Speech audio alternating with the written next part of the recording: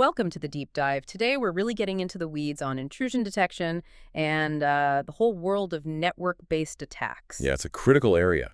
We're drawing heavily from Chapter 11 of Computer Security in the Internet, Tools and Jewels, the second edition.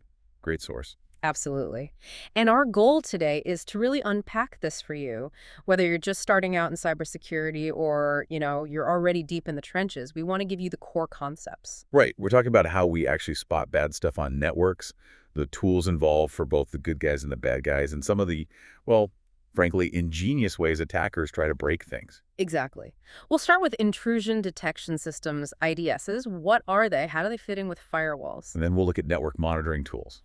Things like sniffers, scanners, tools that defenders use, but attackers definitely use too. And finally, the attacks themselves. Denial of service, messing with address resolution like DNS and ARP, even hijacking TCP sessions. And we'll try to give practical examples and maybe point out some areas for self-study if you want to go deeper. Sounds great. So, if you're interested in computer security, this is definitely for you. And hey, while you're listening, if you find this useful, definitely like this deep dive and subscribe to the InfoSecTube channel. We do this kind of thing a lot. Okay, so let's dive in. Intrusion Detection Systems, IDS. First off, what even counts as an intrusion? Seems obvious, but maybe not. Well, the book defines it pretty clearly. It's basically any event on a host or a network that goes against your security policies. Or something that threatens to put a system into like an unauthorized state. Right, anything outside the lines of what's supposed to be happening. Unauthorized access, weird program behavior, that kind of thing. So intrusion detection is the process of actually looking for those things, monitoring events, analyzing them, and reporting the bad stuff. Now, most people think firewall when they think network defense. So what does an IDS add? Why isn't a firewall enough? That's a key point. Firewalls are your perimeter guards, right? They block a lot of known bad traffic based on rules. But they're not perfect. Things can slip through. Or attacks might even start from inside the network. Exactly. An IDS is more like the security cameras inside the building. It's looking for suspicious activity that got past the front gate or originated internally. It complements the firewall. A layered approach. Makes sense. And a huge part of IDS is automation. You can't have people watching every single packet, right? No way. So the IDS automates the monitoring and logging. Monitoring, logging, analyzing that data often in real time, and crucially, alerting someone when it finds something suspicious. Okay, so it detects and alerts. But you also hear about intrusion prevention systems, IPS. Yeah. What's the difference there? Is it just semantics? Not just semantics. It's a really important distinction. An IDS traditionally is passive. It sees something bad. It tells you. That's it. Like a smoke detector. It beeps, but it doesn't put out the fire. Perfect analogy. An IPS, on the other hand, is like a sprinkler system. It detects the fire and takes action. It can actively block malicious traffic, kill connections, maybe even change configurations on the fly to stop an attack. Got it. Detect versus detect and respond. Precisely. Now, architecturally, where do these systems sit? The source mentions two main types based on where they get their info. Right. Network-based IDS or NIDS and host-based IDS, HIDs. Okay, so NIDS, network-based. That one watches the network traffic itself, Mm-hmm. sits at strategic points, maybe a gateway or connected to a core switch, and analyzes the packets flowing by, gives you that broader network view. And HIDS, host-based. That lives on a specific computer, an endpoint. It looks at things happening on that host. OS logs, application logs, file changes, system calls, sometimes even the network traffic just for that one machine. A much more focused view. Okay, two different perspectives. Makes sense. Now, when an IDS flags something, it's not always right, is it? There are different outcomes. Yeah, the classic four possibilities. You've got your true positive, that's good, it found a real attack. And true negative, also good, nothing happened, and it correctly stayed quiet. Then the problems start. False positive, it raised an alarm, but oops, it wasn't actually an attack, just noise. That sounds annoying. Yeah. Can lead to alert fatigue, right? Security teams just start ignoring the alarms if too many are false. Definitely. And the worst one, false negative. A real attack happened, but the IDS completely missed it. Ouch. So minimizing those errors, false positives and false negatives, is crucial. The source brings in some metrics here. Right. FPR, the false positive rate, what percentage of normal stuff gets flagged incorrectly. TNR, true negative rate, percentage of normal stuff correctly ignored. FNR, false negative rate, the percentage of actual attacks missed. And TPR, true positive rate, also called detection rate or sensitivity, the percentage of actual attacks caught. And one more, alarm precision, AP, which basically asks, when an alarm does go off, how likely is it to be a real intrusion? High precision is good. These metrics are key. But there's a catch, isn't there? Something called the base rate fallacy. The book uses a medical testing analogy. How does that apply here? It's a really important concept. Think about it. Actual serious network intrusions are hopefully quite rare compared to the massive amount of normal traffic, right? Luckily, yeah. So even if your IDS has a very low false positive rate, say 0.1%, if you're processing millions or billions of normal events every day, that tiny percentage still generates a huge number of false alarms. Ah, I see. The sheer volume of normal activity magnifies even a small error rate. So analysts get swamped with false positives, making it hard to spot the real threats buried in there. Exactly. It's the needle in a haystack problem, but the IDS keeps pointing at bits of hay. The low base rate of actual attacks makes achieving high alarm precision really tough. That's a great point for self-study, actually. How do things like SIEM systems, security information, and event management try to deal with this? They often correlate alerts from multiple sources to try and reduce that noise. Definitely worth looking into. Good suggestion. It's a constant balancing act then. Tune it too tight, you miss real attacks, false negatives. Tune it too loose, you drown in false alarms, false positives. Okay, so how do these IDS actually decide if something is bad? What are the underlying methods? The source mentions three main approaches. Yeah, signature-based, specification-based, and anomaly-based. Different philosophies, really. Let's start with the classic, signature-based. How does that work? Sounds like antivirus. It's very similar. The IDS has a big database of known attack pattern signatures. These could be specific byte sequences in a packet, certain types of network probes, known malicious code fragments. So it scans the traffic or logs, looking for matches to these known bad patterns. Exactly. If it sees something matching a signature, boom, alarm goes off. Pros and cons. Pro, it's generally fast and accurate for known attacks. Lower false positives for the things it knows. Con, it can only detect attacks it has a signature for. It's completely blind to 0 days or novel attacks. And you constantly need to update those signatures, right? Constantly. Keeping up with new threats is a huge part of running a signature-based IDS. For self-study, maybe look into how threat intelligence feeds work and the challenges of writing good signatures that catch attacks but don't accidentally flag normal traffic. Okay, next up. Specification-based. Sounds different. It is. Instead of looking for known bad, it defines what's good or allowed. You manually create detailed specifications for how a protocol or application is supposed to behave. Like a very strict rule book. Pretty much. The IDS watches the activity, and if anything violates that rulebook, it flags it. The advantage seems clear. It could potentially catch new attacks, right, if they violate the rules of normal behavior. That's the big potential benefit. The downside, creating those specifications is hard. It takes a lot of expertise and time, and you have to get them exactly right for each specific thing you're monitoring. If the spec is wrong or incomplete, you either miss attacks or get false positives. Yeah, I can see that being really labor-intensive. Self-study idea. Right. Maybe try to find examples of protocol specifications used in this way, like for HTTP or DNS, to see the level of detail needed. Good one. And the third approach, anomaly-based. This one involves learning. Anomaly-based IDS first builds a profile of what normal looks like. It watches the network or host for a while, calculates statistics, traffic levels, protocols used, system calls, whatever. Establishes a baseline. Right. Then, once it's trained, it keeps monitoring. If it sees activity that significantly deviates from that learned baseline, it flags it as an anomaly, potentially an intrusion. So it's looking for anything unusual, not specific known bad things. Advantage. Like specification-based, it can theoretically detect new unknown attacks because they should look different from the norm. But the downsides sound significant too. They can be. High false positive rates are common because normal behavior isn't always predictable. Maybe a user does something unusual but perfectly legitimate. Choosing what features to profile is tricky too, I bet. Absolutely. And you have to make sure your training period is clean, no intruders present. Otherwise, the IDS learns bad behavior as normal. Plus, there's session creep attackers, slowly changing behavior so the baseline gradually adapts to include the malicious activity. Lots of challenges there. Self-study, look into the machine learning techniques used here. Statistical methods, clustering, classification algorithms, and how they handle retraining without messing things up. So those are the three main approaches. The source then mentions a couple of specific well-known IDS tools. First up, Snort.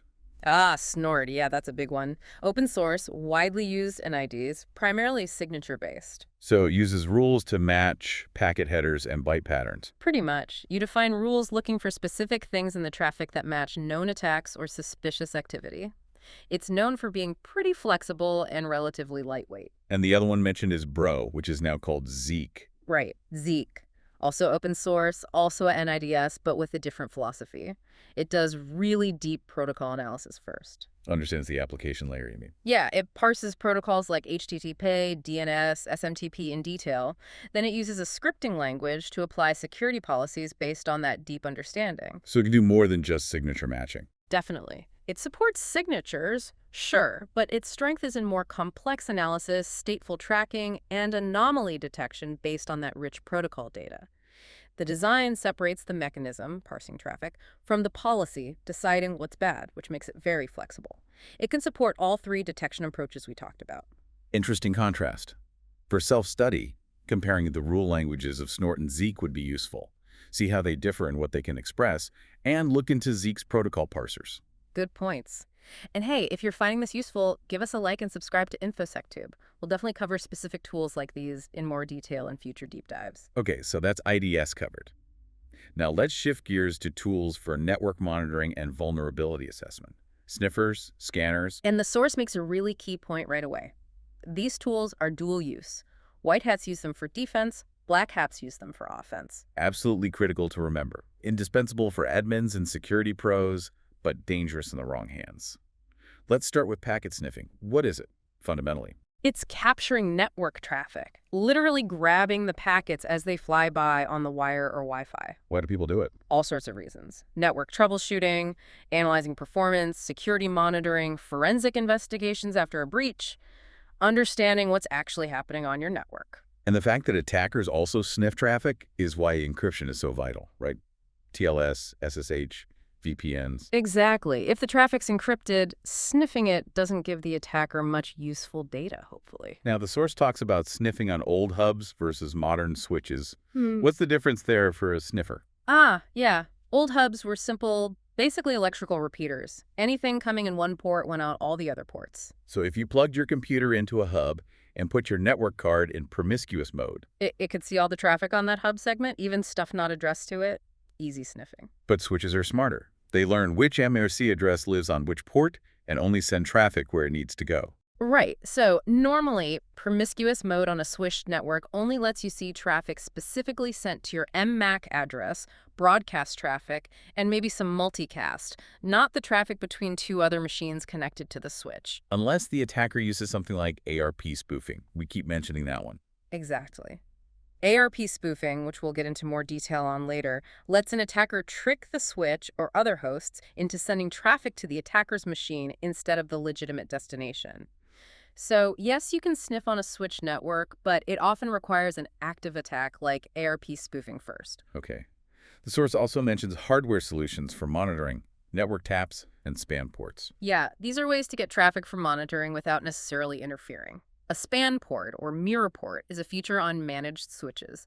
You configure the switch to copy traffic from one or more ports, or even a whole VLAN, and send that copy out the designated span port. So you plug your monitoring tool into the span port.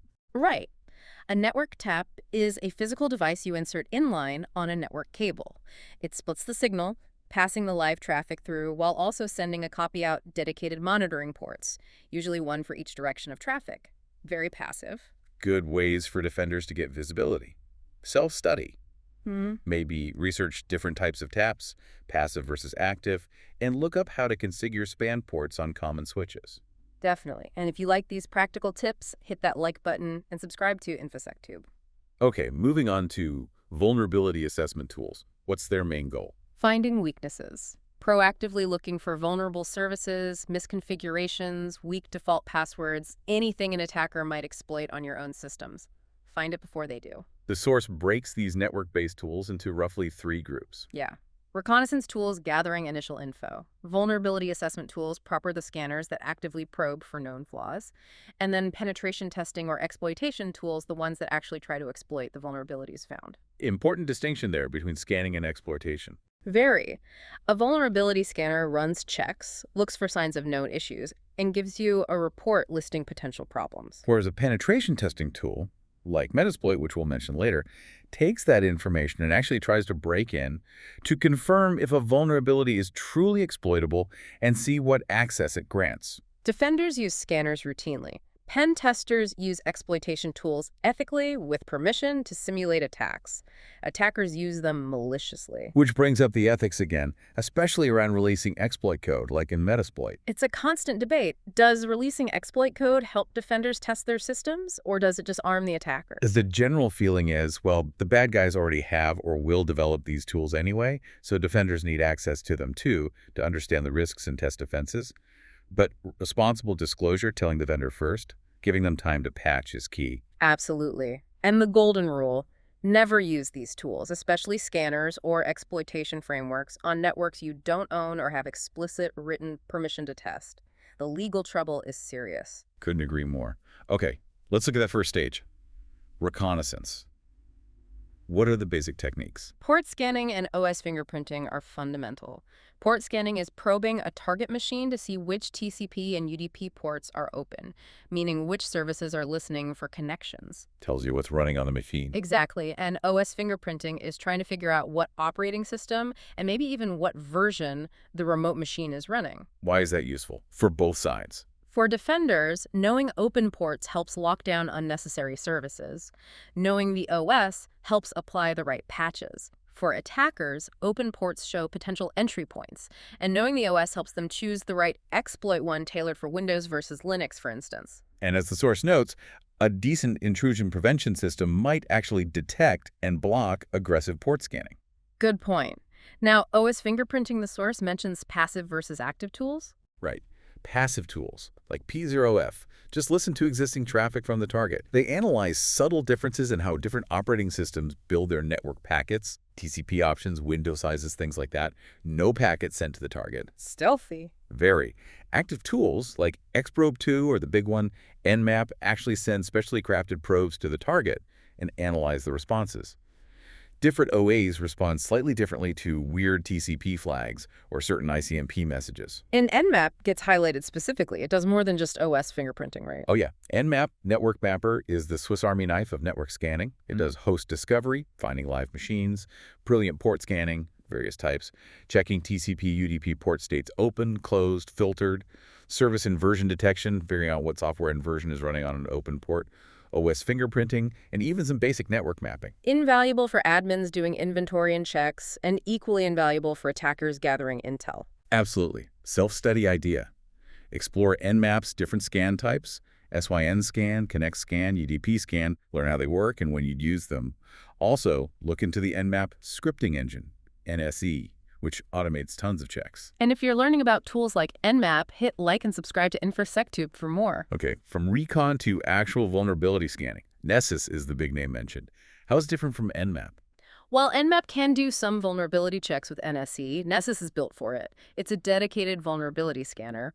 Its core is a huge library of plugins, each designed to test for a specific vulnerability, usually mapped to a CVE number or a specific misconfiguration.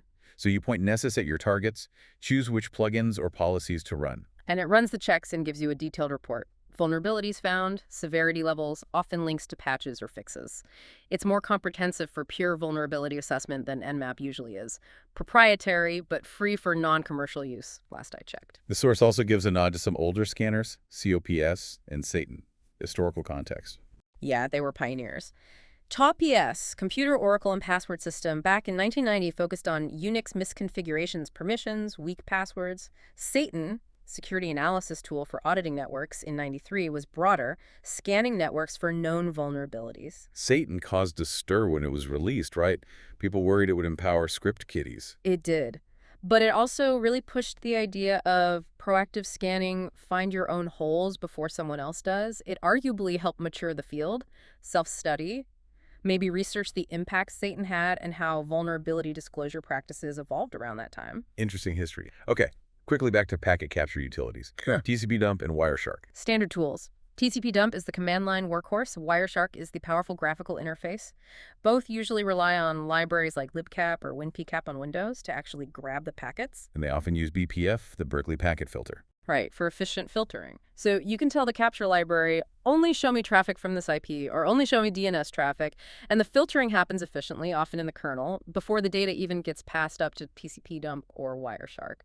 Super useful for drilling down into specific issues. But they often need root privileges to run, which is a potential security risk itself. True. The sniffer itself could be an attack surface. Finally, in this tools section, exploitation frameworks like Metasploit and utilities like Netcat.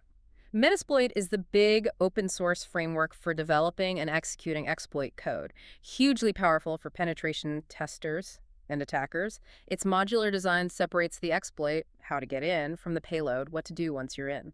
Meterpreter is a famous stealthy payload. And Netcat, the Swiss Army knife. Incredibly versatile little command line tool. Can listen on ports, connect to ports, transfer files, act as a simple port scanner, be used to create backdoors. Just tons of uses, both legitimate for testing and troubleshooting, and malicious. So many powerful tools, so much potential for misuse. Self-study. Explore Metasploit's module types. Exploits, payloads, auxiliaries, and a basic pen testing workflow. Play with Netcat's basic functions safely. And remember, understanding these tools is key. Like this deep dive and subscribe to InfoSecTube for more practical cybersecurity knowledge. All right, let's pivot to a major category of attacks. Denial of service to tests. What's the main goal here? Simple, really. Make a service or resource unavailable to its legitimate users. Knock it offline, essentially. How is that typically done? The source mentions two main ways. One is exploiting flaws, sending some kind of malformed packet or weird request that crashes the server or ties it up because of a bug in the code. Like the poison packets we'll talk about. Exactly. The other way is resource exhaustion, just overwhelming the target with sheer volume, flooding its network connection with too much traffic, using up all its CPU or memory, filling up its connection tables. And you don't always need a giant botnet for that, right? Okay. Sometimes just a bigger pipe can do it. Right. If the attacker has way more bandwidth than the victim, they might be able to saturate the victim's connection from a single machine or a small number of machines. Asymmetry matters. What motivates people to launch DDoS attacks? Seems purely destructive. It often is, but the reasons vary wildly. Money, for sure, extortion, crippling competitors, ideology hacktivism, digital protest, cyber warfare between nations. Sometimes it's just vandalism, revenge, or kids experimenting. And we hear DDoS a lot. Distributed denial of service. The difference. Distributed is key. A DDoS attack uses many compromised machines, a botnet spread across the internet, all attacking the target simultaneously. Makes it much harder to block, right? Traffic coming from everywhere. Exactly. Much harder to defend against than a DOS from a single source. Our focus is network DOS, but the source briefly mentions local DOS. Yeah, that'd be crashing a single machine directly. Maybe triggering a kernel bug with a local exploit, or running a fork bomb that eats up all the process table entries or memory. Okay, now those poison packets, the source names Pin of Death, Teardrop, Land, what were they? Classic examples of exploiting implementation flaws. Ping of Death sent an illegally large ICMP echo request packet. Systems trying to reassemble it could crash due to buffer overflows. Teardrop messed with IP fragmentation offsets. Right. Caused systems to crash or hang when trying to reassemble overlapping invalid fragments. And Land sent a packet where the source and destination IP and port were the same. Confused some older systems into attacking themselves, basically. These specific ones are mostly fixed now, right? Largely, yes. Patches and better protocol stacks fix them, but they show the principle. Sending unexpected or malformed data can break things. Self-study, maybe look up WinNuke, another old one, see what flawed it. And if you find this history interesting, like and subscribe to InfoSecTube. Now, a common tactic in DOS is IP address spoofing. Why do attackers forge the source address? Several reasons. Hides their real location, makes tracing harder, makes the attack appear to come from many sources, complicating filtering, and it directs any replies from the victim away from the attacker. They don't get flooded by the backscatter. Let's dig into a classic DOS hand flooding. How does that exploit TCP? It hits the TCP three-way handshake. Remember, client sends SYN, server sends SYN-ACK and allocates some state. Client sends ACK to complete. Okay. In SYN flood, the attacker sends tons of SYN packets, usually with spoofed source IPs. The server replies with SYN ACKs and allocates resources for each, creating half-open connections. But the final ACK never arrives because the source IPs are fake or the attacker just doesn't send them. Exactly. So the server's resources allocated for these half-open connections get used up. Eventually, it can't accept new legitimate connections because its backlog queue or state table is full, service denied. So it attacks the connection state, not just bandwidth. Yeah. And spoofing makes it hard to block if the spoofed IPs were just non-existent. Then the server would keep resending the SYN ACKs until they timed out, wasting more resources.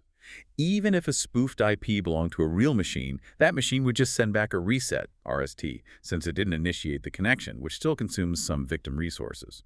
How do systems defend against SYN floods? The source mentions SYN cookies and SYN caches. Right. SYN cookies are clever. The server doesn't store state initially. Instead, it encodes connection info cryptographically into the sequence number of the SYN ACK it sends back. Only when it gets a valid ACK back, containing that encoded info, does it allocate the real connection state. Avoids filling up state tables with bogus requests. Exactly. The SYN cache is different. It allocates a very small amount of state for each SYN, much less than a full connection, and often uses aggressive timeouts to clear out incomplete connections quickly. Both aim to handle more SYNs without running out of resources. Self-study. Definitely look into the mechanics of SYN cookie generation and validation and SYN cache management strategies. Trade-offs exist. And like and subscribe to InfoSecTube if you're enjoying these technical details. The source links SYN flooding to violating the reluctant allocation principle. Yeah, the idea that you shouldn't commit significant resources until you're reasonably sure a request is legitimate. Standard TCP violates this a bit by allocating state on just a SYN. SYN cookies fix that by delaying allocation until the ACK arrives. Makes sense. Okay, beyond SYN floods, UDP and ICMP floods. This is simpler. Much simpler. Generally, brute force, UDP flood. Just hammer the target with UDP packets offered to random ports. The target wastes CPU processing them and often sends back ICMP port unreachable messages, consuming its outgoing bandwidth, too. ICMP flood. Same idea, usually with ping requests, ICMP echo requests, Yeah. target wastes resources generating echo replies, just overwhelming volume. And then there's the Smurf attack. That one used amplification, right? Yeah, Smurf was clever and nasty. Attacker sends ICMP echo requests, with the victim's IP as the spoofed source, to the broadcast address of one or more intermediate networks, the amplifiers. Why the broadcast address? Because routers on those intermediate networks, if configured insecurely, would forward that broadcast packet to every host on that network. Each host then sends an ICMP echo reply. Back to the spoofed source address, which is the victim. Exactly. So one packet from the attacker could generate hundreds or thousands of replies aimed at the victim. Huge amplification. Nasty. How is that stopped now? Mostly by network hygiene. Routers generally don't forward directed broadcasts anymore. And ingress-egress filtering helps stop the initial spoofed packet. Self-study. Research why broadcast forwarding was a thing and the details of ingress-egress filtering. And remember to like and subscribe to InfoSecTube. So Smurf is a great example of amplification. What's the general idea there? Amplification is any technique where the attacker sends a small request that triggers a much larger response aimed at the victim. Lets attackers with limited bandwidth launch huge attacks. And lots of older, simpler protocols are vulnerable because they don't require authentication. Right. They violate principles like complete mediation, check every access or least privilege, and reluctant allocation again. They just respond eagerly. The source mentions UDP amplification using Echo, port 7, and Charge-in port 19, old diagnostic services. Exactly. Send a UDP packet to Echo, it sends the same packet back. Sent to Charge-in, it sends back a stream of characters. Attackers send small UDP packets with the victim's spoofed IP to vulnerable Echo or Charge-in servers. And the servers flood the victim with the larger replies. Combine multiple servers, and you get a big flood from small initial traffic. Sometimes they even loop Echo and Charge-in between servers. Ouch. Self-study. Look into DNS and SNMP amplification attacks too. Same principle, different protocols. And if you like learning about these attack vectors, hit like and subscribe to InfoSecTube. Okay, what about ICMP attacking TCP connections directly? The source seemed hesitant there. Yeah, it's theoretically possible. A forged ICMP destination unreachable message might trick a host into tearing down a TCP connection. But it's hard. ICMP lacks strong authentication, so modern systems are wary of trusting ICMP messages that claim to affect TCP sessions.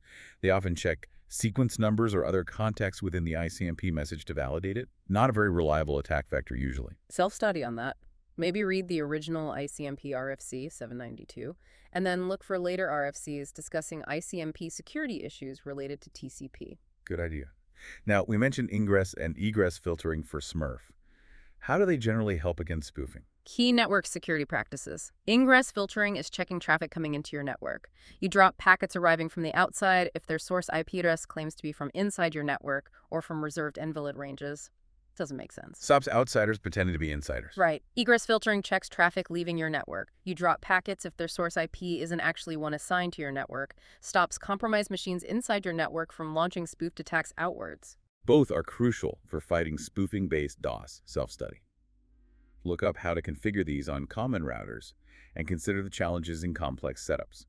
And do like and subscribe to InfoSecTube for more defensive strategies. Now, even TCP protocols aren't immune to amplification. NTP was mentioned. Yeah, network time protocol.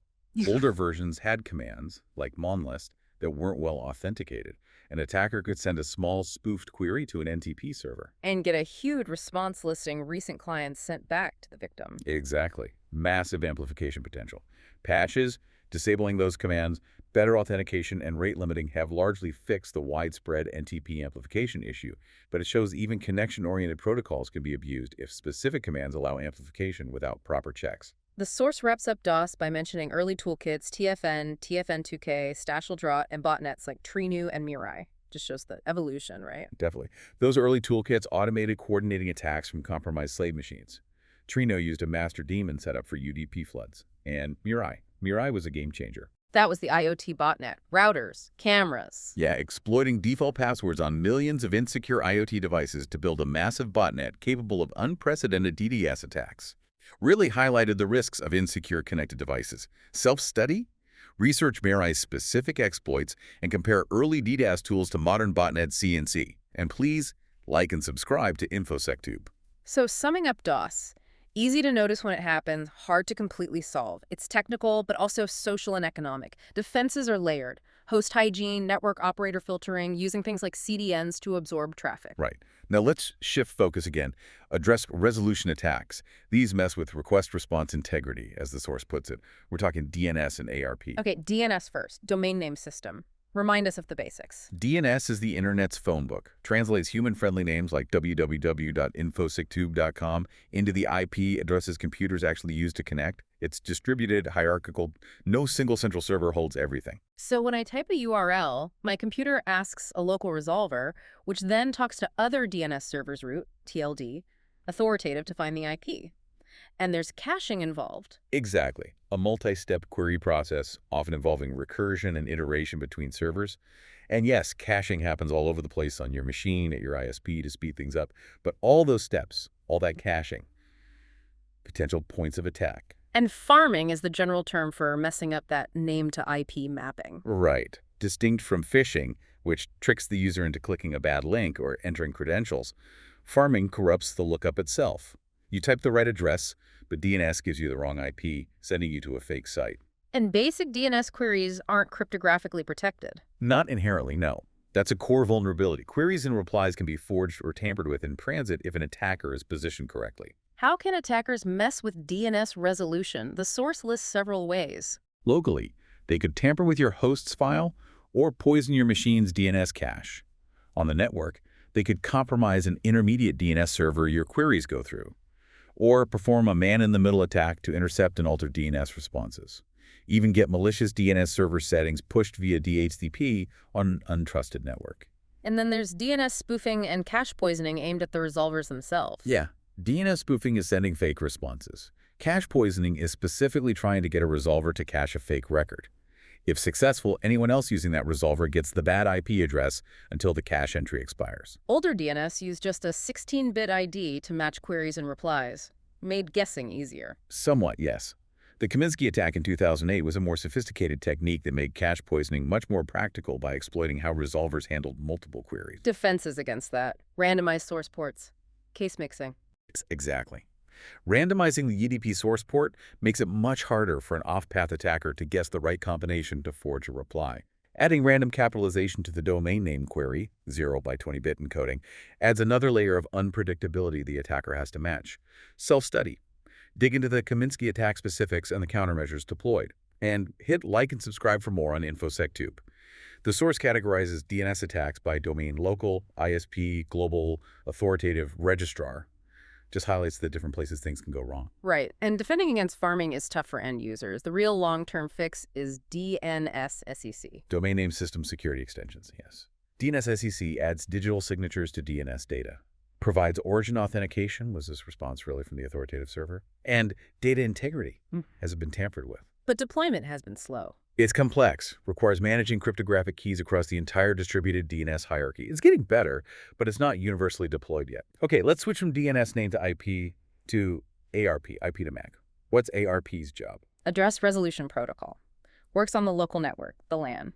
When your computer wants to send a packet to another computer on the same LAN, it knows the destination IP address, but it needs the destination's physical hardware address, the MMA address, to actually frame the packet at layer 2. So it sends out an ARP request.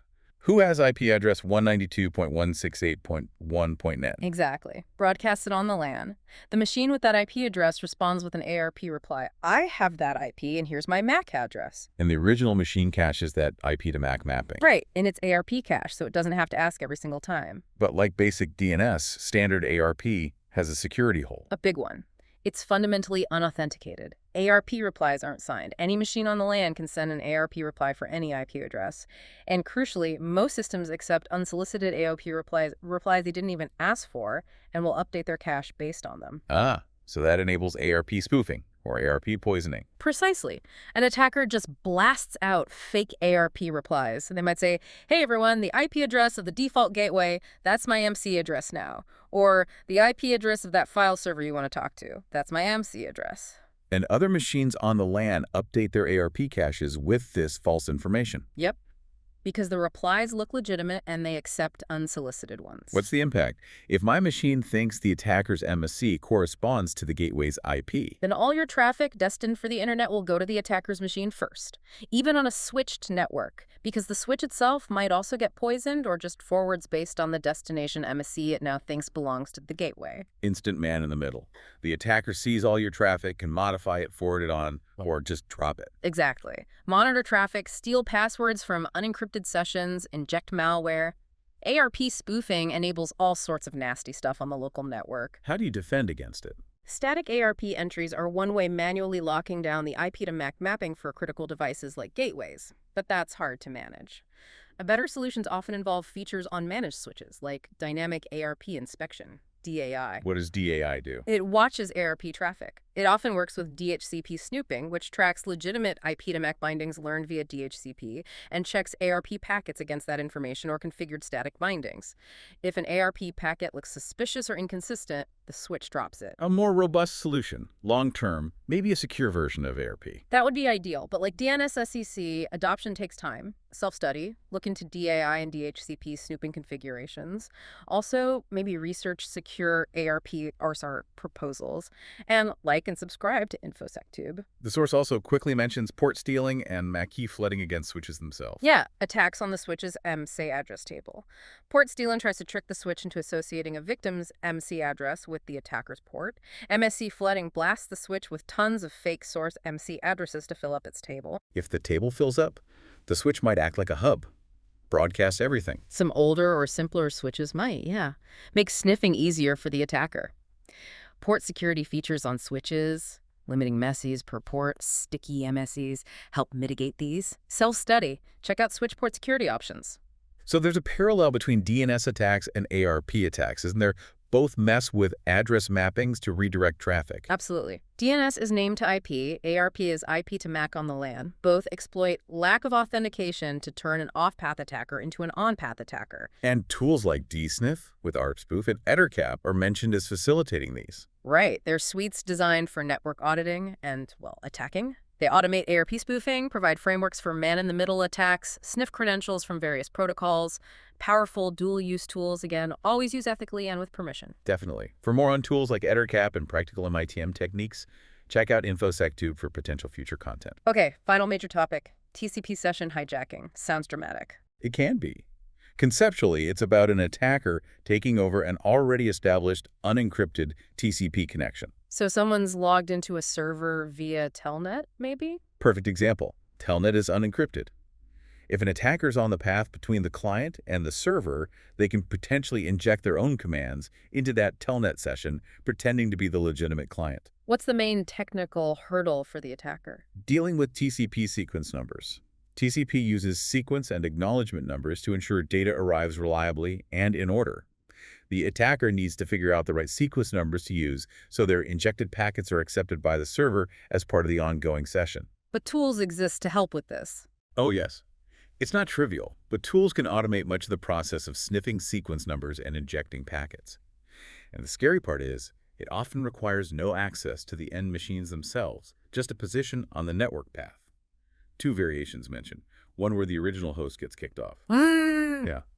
Often, once the attacker injects data, the sequence numbers get messed up for the original sender, and their subsequent packets are ignored or cause errors. The connection becomes desynchronized. And the other variation is the attacker acting as a full man in the middle. Right.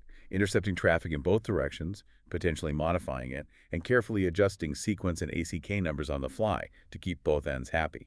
More complex, but allows for ongoing manipulation. The number one defense is repeated several times. Encryption, encryption, encryption. Use SSH instead of Telnet. Use HTTPS, TLS instead of HTTP. Use VPNs, often IPsec or TLS based. If the session is encrypted, the attacker can't easily read the data or inject meaningful packets because they lack the keys. It breaks the whole premise of the attack.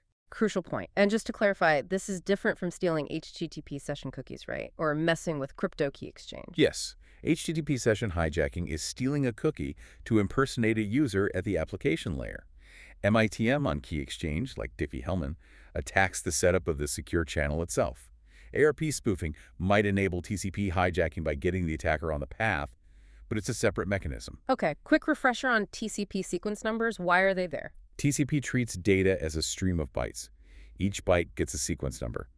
The sequence number in a packet tells the receiver which byte number the data in that packet starts with. The acknowledgement number tells the sender which byte number the receiver expects next. Handles lost packets, out-of-order packets, keeps everything straight. Exactly. And during the initial handshake, both sides pick an initial sequence number, ISN. Everything is relative to those ISNs. So the hijacker needs to sniff the connection to figure out the current valid sequence numbers. Precisely. They watch the packets flowing, see the sequence and ACK numbers being used, and then craft their malicious packet with the victim's source IP and a sequence number the receiver is expecting. Basic steps. Sniff, figure out state, craft packet, inject. But things can go wrong for the attacker. Desynchronization. Yeah. If the real client sends a packet right after the attacker injects one, the receiver's expected sequence number might suddenly jump. The real client's packet is now out of window and gets dropped. The connection gets out of sync. Attackers might try to DOS the real client to prevent this. And ACK storms, what are those? That happens when the injected packet makes the receiver expect a much higher sequence number. The real client sends its next packet with the old sequence number. The receiver drops it and sends an ACK for the higher number it expects. The client, thinking his packet was lost, retransmits. The receiver drops it again, sends another ACK. And they get stuck in this loop of fruitless retransmissions and ACKs. Exactly. An ATK storm can congest the network and disrupt the session until something times out or resets. How does an attacker tame that? They might DOS the real client, as mentioned, or try to send an RST reset packet to kill the client's side of the connection cleanly. Or if they used ARP spoofing to get on path, they might just ensure the real client's packets never reach the server in the first place, preventing the storm. The source also mentions blind TCP resets. That's off path. Right, where the attacker isn't sniffing the connection, they have to guess the correct sequence number within the current window to forge an RST packet that the receiver will accept. Much harder than when you can see the current numbers. Modern TCP stacks are also more robust against guessing attacks, partly thanks to things specified in RFC 5961. But ultimately, the defense remains the same. Encrypt the communication. SSH, TLS, IPsec. Makes session hijacking incredibly difficult, if not impossible. Got it. For listeners wanting to go deeper into TCP/IP security nuances and maybe see controlled demos, definitely follow InfoSecTube. Okay, wow. That was a really comprehensive deep dive.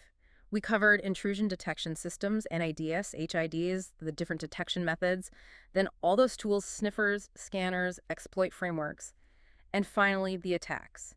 DOS, DNS, and ARP manipulation, and TCP session hijacking, all based on Chapter 11 of Computer Security and the Internet. Tools and jewels. Yeah, a lot of ground covered. But understanding these fundamentals, how systems are monitored, how vulnerabilities are found and exploited, how core protocols can be abused, it's absolutely essential knowledge in cybersecurity today. And we kept seeing that theme of dual-use tools and the importance of ethics when handling them. Critically important, these concepts are the foundation for building better defenses and just being aware of the threats out there. We definitely encourage you, the listener, to dig deeper into any areas that caught your attention. Use the source material, check out other resources, and of course explore more content right here on the InfoSecTube channel. And maybe a final thought to leave you with. Networks and protocols are constantly evolving, and attackers are always finding new tricks. Thinking ahead, where do you see the most critical battlegrounds emerging in network security? What needs the most research and defensive innovation? Interesting question. We'd love to hear your thoughts on that in the comments. If you found this deep dive helpful, please do hit that like button, and most importantly, subscribe to the InfoSecTube channel for more content like this. Share it with friends or colleagues who might benefit too. Your engagement really helps us out. Let us know what other topics you'd like us to tackle in future deep dives. Absolutely. Thanks so much for joining us for this in-depth exploration.